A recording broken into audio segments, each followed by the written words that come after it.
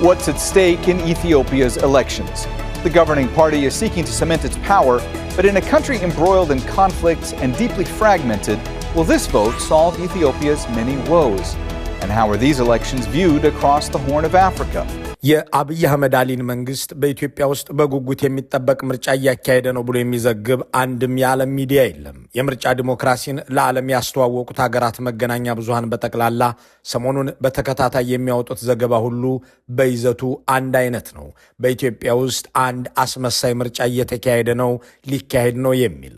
አብይ አህመድ አገሪቱን ጦርነት ውስጥ ከተው ምርጫ የሚል ማጭበርበሪያ ድግስ ጥለዋል የሚለውን ጆርናል ኦፍ ዴሞክራሲ ሲጽፍ በአንድ ሳምንት 3 አርቲክሎችን ስለ ኢትዮጵያ የጻፈው ዘ ኢኮኖሚስት ደግሞ የአብይ አህመድ ስግብግብ የስልጣን ፍላጎት ኢትዮጵያን እየበተነ ነው ይልና እሳቸው ግን ህገ መንግስትም ቀይረው ፕሬዝዳንትም ሊሆኑ የምክክር ኮሚሽን አቋቁመዋል። ይህንን ምርጫ እንደ መርሃ ግብር ማሙያ የሚመለከቱት ነው ይላል። አልጀዚራ አገሩ በጠቅላላ ጦርነት ውስጥ ሆኖ የሚካሄድ ምርጫ ምን ይባላል ብሎ አፊዞበታል። ፍራንስ 24 ጋዜጠኞችንና ፖለቲከኞችን እስር ቤት አጉረው ምርጫ እያደረግን ነው አሉ ብሎ በብልጽግናዎች ላይ ይሳለቃል። ሲኤንኤን ያኔ የሰላም ሎሬት ናቸው ብለን የተዋወቅናቸው ጠቅላይ ሚኒስትር ቅልጥ ባለ የእርስ በርስ ጦርነት ውስጥ ሆነው እንደገና መሪ ለመሆን ምርጫ ደግሰዋል። እኒህ ሰው ማለት የሰላም ኖቤል በተሸለሙ ማግስት ኢህአዴግን አፍርሰው ካሳደጋቸው ፓርቲ ጋር ግጭት ውስጥ የገቡ አሁንም ባልበረደ መተላለቅ ውስጥ በምትገኘው አገር ጠቅላይ ሚኒስትር የሆኑ ናቸው። ለሶሻል ሚዲያ የሚሆንም ብልጭልጭ ነገር በአዲስ አበባ ሰርተዋል ይላቸዋል። ይህ ሁሉ ያበሳጨው የሚመስለው የውጭ ጉዳይ ሚኒስቴር ዓለም አቀፍ የሚዲያ ዘመቻ ተከፍቶብኛል ብሎ እያማረረ መግለጫ አውጥቷል። በእርግጥ ዓለም አቀፍ ሚዲያው የዋሸው ወይም የከፈተው አሊያም ያጋነነው አንዳች ነገር የለውም። ጦርነት እየተካሄደ ምርጫ ተካሄደ መባሉም ሆነ የኢስሙላ ምርጫ እየተደረገ ነው ተብሎ መዘገቡ አብይ አህመድ ጠቅላይ ሚኒስትር ሆነው እንደሚቀጥሉ የተረጋገጠበት የኢትዮጵያ መታፈንታ ያልታወቀበት ተብሎ መነገሩም ውሸት የለውም። The whole world is saying we will fight each other, but we will show them differently. Those are the words of Ethiopia's Prime Minister in his only pre-election rally before the election, which is being held there today. The election seen as a first. የነገሱትን አብይን ለማንገስ የሚካሄድን ምርጫ እንደ ቁም ነገር የማይቆጥረው ዓለም ብልጽግና ከራሱ ጋር የሚወዳደርበትን ይህንን ምርጫ አሜሪካም አውሮፓም ለመታዘብ ሰው አልመደቡበትም። በ2010ና 2011 ምዕራባውያን የዲሞክራሲ ሰው ለውጥ አራማጅ ኮሚኒስቱን ኢህአዴግን ያንኮታኮተ እያሉ ሲያወዳድሷቸው የነበሩትን አብይ አህመድን አረምን ጉድ መጣብን፣ ለራሱ ህዝብ ርህራሄ ለጎረቤቶቹም ተባባሪነት የሌለው በራሱ ህዝብ ላይ ጦርነት ከፍቶ ጎረቤቶቹን የሚያስፈራራ እያሉ የሚገልጿቸው መሆናቸው ሳይበቃ እሳቸው የሚደግሱትን ምርጫ ለመታዘብ ሰው መመደብ፣ ተቋም ማሰማራት አቁመዋል። እነሆ በኢትዮጵያ ውስጥ የምርጫ ፖለቲካ ከተጀመረ ጊዜ አንስቶ ምዕራባውያን አውሮፓና አሜሪካ ታዛቢ ያላኩት በአብይ አህመድ የብልጽግና ዘመን ብቻ ነው። የና አብይ አህመድና በለጠ ሞላ ድግስ አንድ ምርጫ ሊያሟላቸው ከሚገባ ነገሮች መካከል ያሟላው የምርጫ ኮሮጆና የምርጫ ካርድ ስላለው ብቻ ሳይሆን አይቀርም። የሚመረጠው መንግስት ብቻ ሳይሆን የሚቀጥለውም ጠቅላይ ሚኒስትር ማን እንደሆነ እየታወቀ ምርጫ ተካሄደ ሲባል በእርግጥም የነገሰውን ለማንገስ የሚካሄድ የአገር ውድቀት ነውና የትኛውም የምዕራብ ዓለም መንግስትና ተቋም ልታዘብ ብሎ ወደ አዲስ አበባ ሰው አለመላኩ የማይጠበቅ አይደለም። ምርጫ ቢያንስ ሰላማዊና ፍትሃዊ ነው መባልን ግድ የሚል ቢሆንም የዘር ማጥፋት ወንጀል እየፈጸመ ነው የሚባልለት ጦርነት በሚካሄድበት የምርጫ አስፈጻሚዎችና ካድሮች ሲገደሉ በሚውሉበት ሀገር ምርጫ ሳይሆን ሰውን የሚያህል ፍጡር የሚያልቅበት ቅርጫ ተካሄደ ቢባል ይሻላል። በኢትዮጵያ ውስጥ የምርጫ ፖለቲካ ከተጀመረ ጀምሮ እንደ ብልጽግና ዘመን ሚሊዮኖችን የሚፈጅ ውጊያ እየተካሄደ ጦርነትም እየቀጠለ የተካሄደ ምርጫ የለም ብሎ መናገር ደፋር ድምዳሜ አይደለም። አብይ አህመድ ኢትዮጵያን ሲያፈራርሱ ዶዘርና ግሬደር ይዘው ከቀረቡ ሰዎች መካከል አንዷ የሆኑት ብርቱካን ሚደቅሳ የኦህዴድን አገዛዝ ህጋዊ ሽፋን እንዲያገኝ አድርገው ገለል ብለዋል። በአዲስ አበባ ከተማም እንደ ማንኛውም ባለውለተኛ መንግስታዊ እንክብካቤ እየተደረገላቸው ተመችቷቸው መኖራቸውን ቀጥለዋል። ተረኛዋ ብርቱካን ሚደቅሳ ሜላትወርቅ ኃይሉ ናቸው። እኒህኛዋ ወይዘሮ የአብይ አህመድን አገዛዝ በኢትዮጵያ ህዝብ ላይ ለመጫን የኢስሙላውን ድግስ ለመጥራት ከኤቫንጀሊካል ቸርች ተመልምለው የመጡ ናቸው። ሁለቱም እናቶች አብይ አህመድ እናቴ ተናዛልኛለች የሚሉትን ስልጣን ለማሰንበት ተግተው የሚሰሩ ናቸውና ሁለቱም ሴቶች የመሩት ምርጫ ቦርድና ያካሄዱት ምርጫ ከቀደሙት የኢህአዴግ ዘመን ምርጫዎች ሁሉ የሚለየው ገና በዋዜማው የምርጫ ኮረጆ ሞልቶ ስላደረ ብቻ አይደለም። ነገሩን ትንሽ ፈገግ በሚያሰኝ ነገር እንጀምረው። ከ5 ዓመታት በፊት አብይ አህመድና ብርቱካን ሚደቅሳ ሚሊዮኖችን የሚፈጅ ጦርነት እየተካሄደ ምርጫ ደገሱ። ድግሳቸው ሁሉ የቀልድ እንደሆነ ያሰበው አሜሪካና አውሮፓም ይህንስ ምርጫ ብለን አንታዘበውም ብለው መስፈርቶችንም አያሟላም ታዛቢም አንልክበትም ብለው መግለጫ ወጡ። ከዚያ በኋላ የአገዛዙ ማዋዋቢያ ኮስሞቲክስ ከሆኑት ሚዲያዎች መካከል አንዱ በሆነው በኢቢኤስ በኩል ብርቱካን ሚደቅሳ ቀረቡ። የእርሶ ዘመን ምርጫ ከዚህ ቀደም ከነበሩት ለየት የሚያደርገው ምን እንደሆነ ቢነግሩን ተብለውም ተጠየቁ። ይህ የኛ ምርጫ ድምጽ መስጫው ከኮሮጆው ወደ ሳጥን ተቀይሯል አሉና ልዩ የሚያደርገው ይሄው ነው ብለው መለሱ። ኮሮጆ የለም ሳጥን ሲነ ያለው ቆይና አቃጥሏል ዝም በል ጉድ ቢፋን አይደል አሉ እዛ ተከምሯል። አዎ ስለተለመደ መሰለኝ አይደል ግን ኮሮጆዋ እኮ በጣም አስቸጋሪ ነች። አሁን ድሮ ለማድረስ ቀላል ነች ሁሉ ነገር እዛ ኮሮጆ ውስጥ ሻጥ ያረጓትና ተሸክመው ቀላል ነው ወረቀቷ መሳውሳው ነገር ነች። አሁንኛ ትንሽ ስናወሳስበው ማቋቋዙም ከበደ ምን አለ ግን ኮሮጆ አታሳይም ውስጧ ወይ ደብቀት አስቀምጣል ከዛ በኋላ ምናምን ደግሞ በጋን ቁልፍ ነው የምትቆለፈው ታውቃለህ ገገገጭ ብላ ከዛ በሆነ ነገር ፍልቅቅ ያደርጉና እንደገና መልሰው ደግሞ መዝጋት ይችላሉ። ይሄ ያው የሚሆነው ነገር በሙሉ ለሚታይ አሁን ዓለም አቀፍ ስታንዳርድ ነው።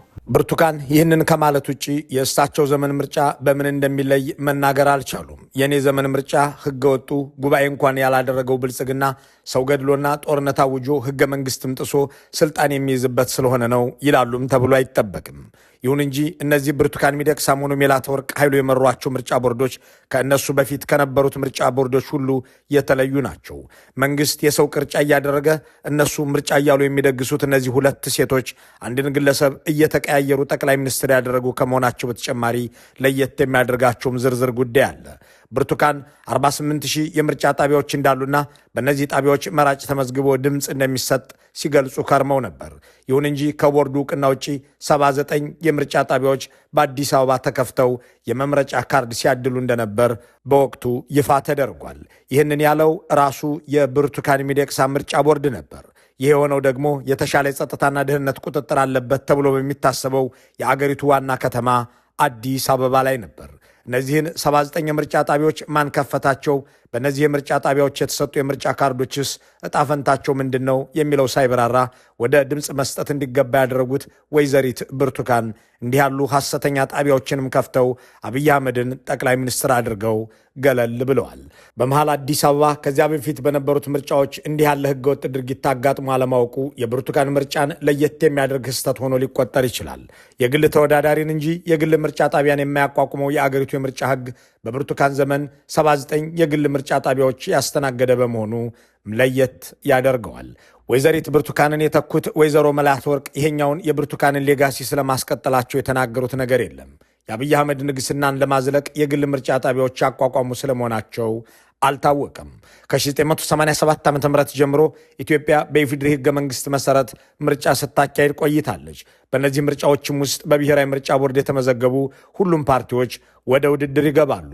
አንድም ጊዜ ግን ፓርቲዎች የምርጫው ሂደት የማያሳምን ውጤቱም የአገርን ችግር የማይፈታ ነው ብለው በመንግስትም ተገፋን ብለው ከውድድሩ ራሳቸውን ሲያገሉ አልታየም። በነ ብርቱካን ዘመን ግን በኦሮሚያ ውስጥ ከፍተኛ ተቀባይነት እንዳላቸው የሚነገርላቸው የኦሮሞ ነጻነት ግንባር ኦነግና የኦሮሞ ፌዴራሊስት ኮንግረስ ኦፌኮ መንግስት ገፍቶ አስወጥቶናል በማለት የምርጫውንም የአገሪቱን ቀውስ የሚያባብስ እንጂ ለውጥ የሚያመጣ አይደለም በማለት ከውድድር ወጥተው እንደነበር አይዘነጋም። ምርጫ ቦርድ የመዘገባቸው ፓርቲዎች ምርጫውን ቦይኮት ያደረጉበትም ወይም አንሳተፍም ብለው የወጡበት በመሆኑ ከዚያ በፊት ከነበሩት ሁሉ የተለየ ያደርገዋል። ከብልጽግና ዘመን በፊት በተካሄዱት 5 ምርጫዎች ቦርዱ መዝግቦት በመንግስት ግፊትም ሆነ በሂደቱ ተከፍቻለሁ ብሎ ከውድድሩ የወጣ ፓርቲ አልተመዘገበም። As counting of the vote began in Ethiopia on Monday, several opposition parties complained of irregularities and in some regions staged a boycott. የብልጽግና ዘመን ምርጫዎች የነ ሜላትወርቅና ብርቱካን ሚደቅሳ ድግሶች በርካታ የፓርቲ አመራሮችና ፖለቲከኞች ተገድለውና ታስረው ወደ ምርጫ ቦርድ የሚገባበት መሆኑም ከቀደሙት ምርጫዎች የሚለይበት ነው። በኢፌዴሪ ምርጫ ታሪክ የብልጽግናን ዘመን ያህል ፖለቲከኛ ታስሮም ሆነ ተገድሎ ወደ ውድድር የተገባበት ጊዜ የለም። ከዚያ በፊት በነበሩት ምርጫዎች በተለይም በ2007 ምርጫ ጥቂት ተቃዋሚዎች የምርጫ ዋዜማ ላይ የታሰሩ ቢሆንም የአሁኑን ያህል ግን አይደለም። በብልጽግና ዘመን ግን እስር ቤት ውስጥ ካሉት የባልደራስ፣ የኦነግ፣ የአብን፣ የኦፌኮና ሌሎች ፓርቲ አመራሮችና አባላት በተጨማሪ እንደ በቴ ኡርጌሳ ያሉ አብሪ ፖለቲከኞችንም ገድለው የሚያካሂዱት ነው። እንዲህ ያለ እስርም ሆነ ግድያ ያስተናገደ ምርጫ በአገሪቱ ውስጥ ተመዝግቦ አያውቅም። ምርጫው የሚካሄደው ሁለትና ከዚያ በላይ ሀገራት የኢትዮጵያ ሉዓላዊ ግዛት በኃይልና በተባባሪነት በያዙበት ወቅት መሆኑ ደግሞ ሌላኛው የብልጽግናን ምርጫዎች ለየት የሚያደርግ ነው። እንኳን በምርጫ ወቅት በሌላም ጊዜ የኢትዮጵያ ሉዓላዊ ግዛት ለዓመታት ተይዞ ምንም ሳይባል የቆየበት ጊዜ በታሪክ አልተመዘገበም። ከኦህዴድ ብልጽግና በፊት ኤርትራ፣ ሱዳንና ደቡብ ሱዳን ጦራቸው በኢትዮጵያ ግዛት ውስጥ እንዳለ ዓለም አቀፋዊ ማረጋገጫ የወጣበት ጉዳይ ብቻ ሳይሆን የብልጽግና ፓርላማም ያመነው ጉዳይ ነው። ወደ ኢትዮጵያ ግዛት ገብቼ መሬት የጠቀለልሁት በአገሪቱ ጠቅላይ ሚኒስትር ፍቃድ ይሁንታ ነው ያሉት ሱዳኖችም፣ አብይ አህመድ ጋብዞን ገባን ያሉት ኤርትራዎችም ምዕራብና ሰሜን ኢትዮጵያን ቆርሰው እንደወሰዱ ናቸው። የደቡብ ሱዳን ታጣቂዎች በኢትዮጵያ ግዛት 200 ኪሎ ሜትር ገብተው ዋና ከተማውን ከነወረዳው ወስደው ጠቅልለዋል። በ1992 ምርጫ ጊዜ ሻዕቢያ ኢትዮጵያን ወረው የነበረበትና ጦርነቱም በድል የተጠናቀቀበት ሰሞን ስለነበር ምርጫው ሲካሄድ የኢትዮጵያ ግዛት ውስጥ ወራሪም ሆነ ዘራፊ የባዕድ ሰራዊት ነበር ማለት አይቻልም።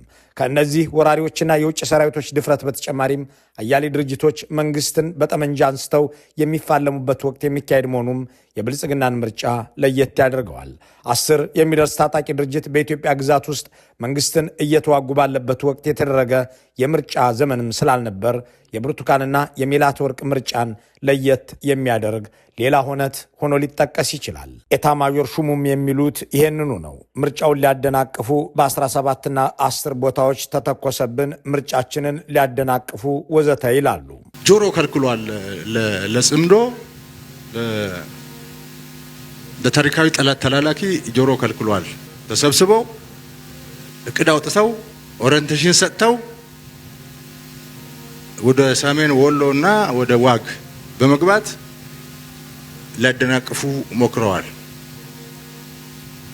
ከ1000 በላይ ኪሳራ ከስረው ሳይሳካላቸው ወደ ትግራይ ተመልሰዋል።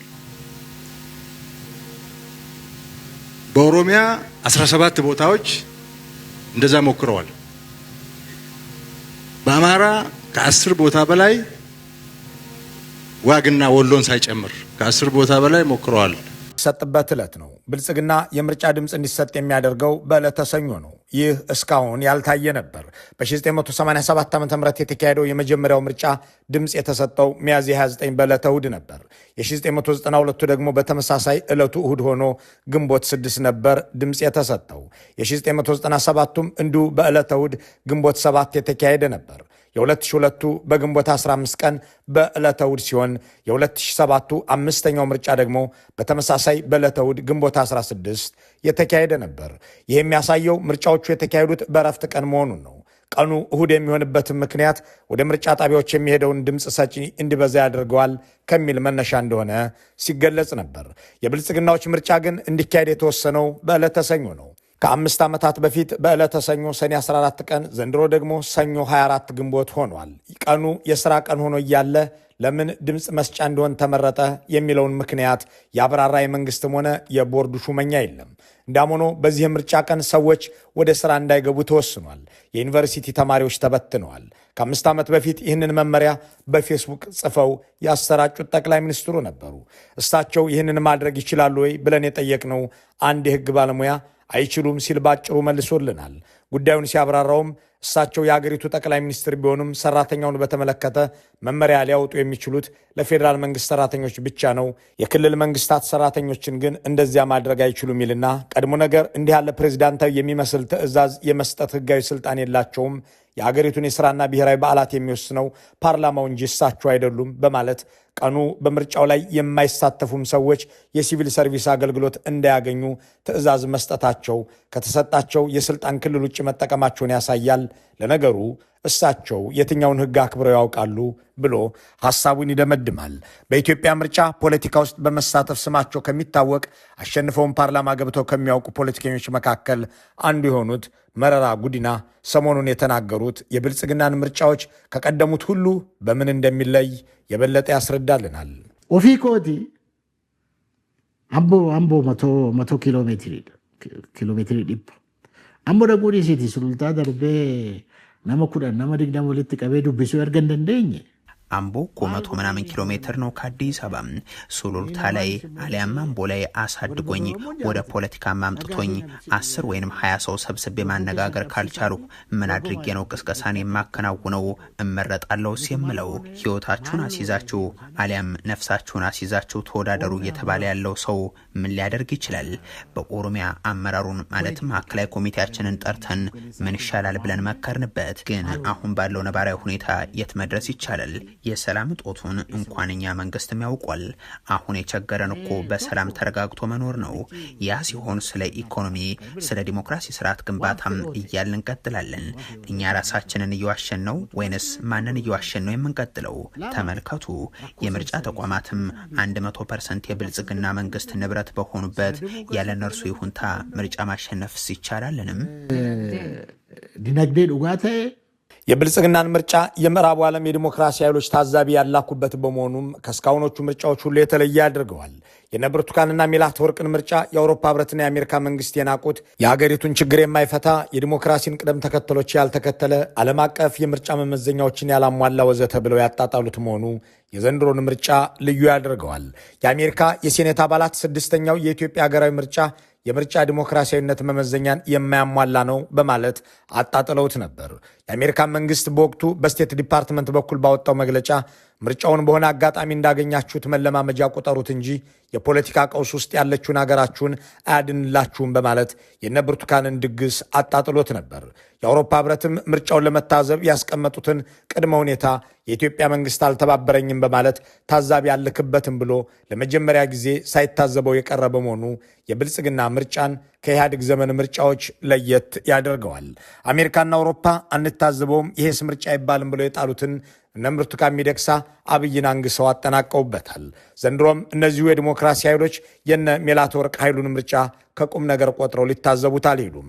ይሁን እንጂ ዓለም ያወገዘውን የማይታዘበውን ምርጫ ኦቢኤን የተባለው የሆዴድ ቴሌቪዥን የአውሮፓ ህብረት ሊታዘብልን መጣ ብሎ እየዋሸ ሰሞኑን ዘግቧል።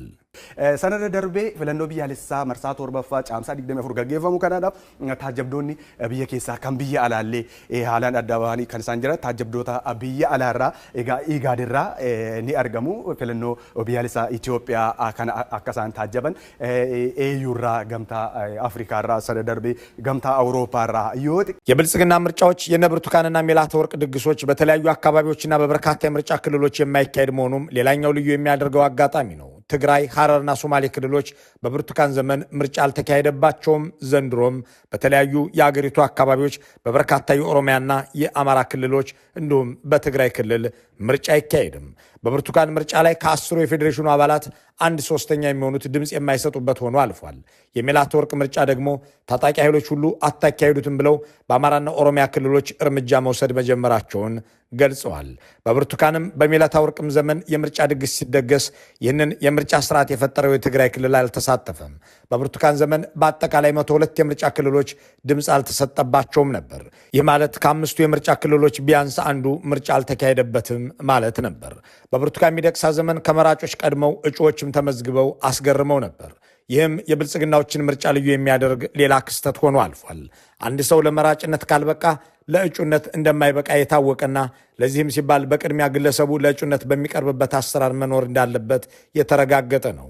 ለመራጭነት ደግሞ ቢያንስ በሕግ የተፈቀደውን ጊዜ ያህል በሆነ አካባቢ መኖር አለበት። ከዚያ በፊት በነበሩት የምርጫ ዘመናት አንድ ሰው እጩ ሆኖ ከመቅረቡ በፊት በመራጭነት መመዝገብ አለበት የሚለው አሰራር ተጥሶ መካሄዱ የብልጽግናን ምርጫ ከዚያ በፊት ከነበሩት 5 ምርጫዎች የሚለየው ይሆናል።